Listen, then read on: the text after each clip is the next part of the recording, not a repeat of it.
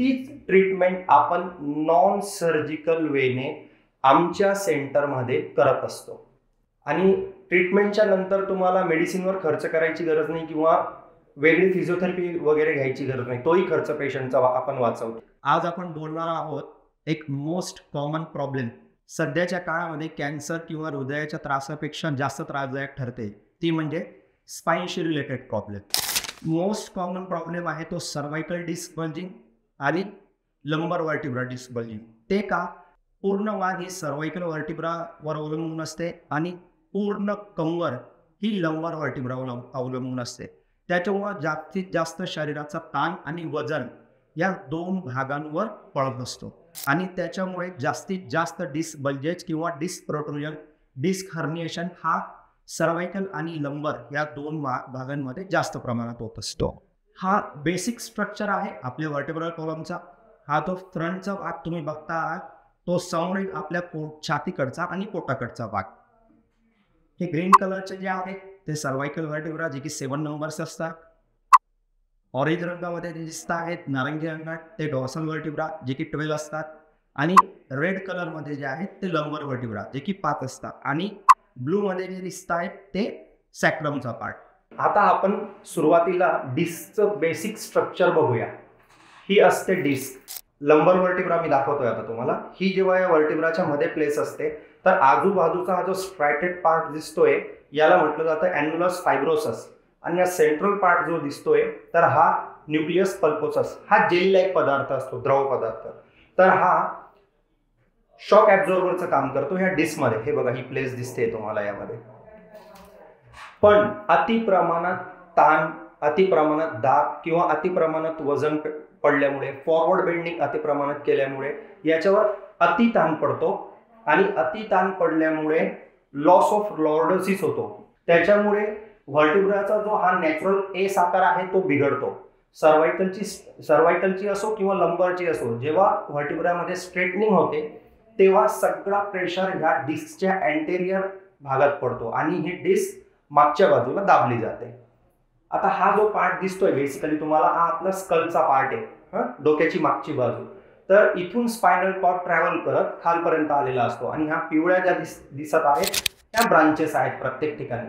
तर ही डिस्क जेव्हा मागे सरकते ना तर ती या पिवळ्या भागावर म्हणजे या नर्व एंडिंग्सवर प्रेशर टाकते आणि तिच्यावर प्रेशर पडल्यामुळेच मग बेसिकली हा सगळा त्रास होतो। मुंग्या येणे, टिंगलिंग जाणवणे, नमनेस जाणवणे, इम्बॅलन्स होणे। जर सर्वाइकलमध्ये प्रॉब्लेम असेल तर इम्बॅलन्स होऊ शकतो, कारण ह्याच नर्व एंडिंग्स बेसिकली हातामध्ये किंवा शरीराच्या खालच्या भागात मेसेज सेंडिंगचं काम करत असतात। ही डिस्क जेव्हा या नर्व एंडिंग्सवर प्रेशराईज करते ना तर जो इम्पल्स कॅरी करण्याचा पार्ट आहे तो प्रॉपर होत नसतो।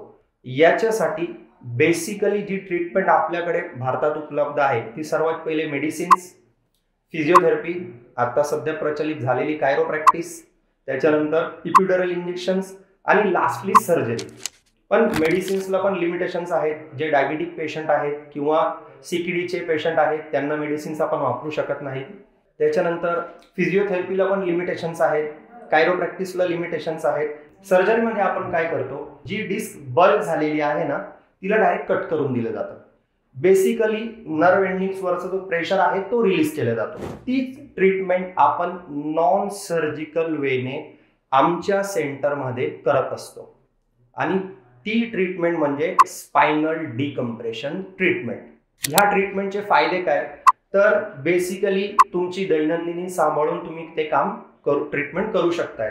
तुम्हाला ॲडमिट व्हायची गरज नाही, कोणत्या मेडिसिनवर डिपेंड राहायची गरज नाही आणि ट्रीटमेंटच्या नंतर तुम्हाला मेडिसिनवर खर्च करायची गरज नाही किंवा वेगळी फिजिओथेरपी वगैरे घ्यायची गरज नाही, तोही खर्च पेशंटचा आपण वाचवतो। आमच्याकडे ही ट्रीटमेंट वेगवेगळ्या 3 प्रकारच्या मशीन वापरून आम्ही करत असतो। पहिलं हायड्रोथेरपीचं मशीन, दुसरं स्पायनल डिकम्प्रेशनचं मशीन आणि तिसरं अल्ट्रासाऊंडचं मशीन। तर हायड्रोथेरपीच्या मशीनवर काय होतं की नेक पासून लो बॅक पर्यंतच्या सगळ्या मसल्समध्ये ब्लड सर्क्युलेशन वाढवलं जातं आणि मसल रिलॅक्स करून शरीराला मुख्य ट्रीटमेंटसाठी तयार केलं जातं। मुख्य ट्रीटमेंट म्हणजे स्पायनल डिकम्प्रेशन थेरपी।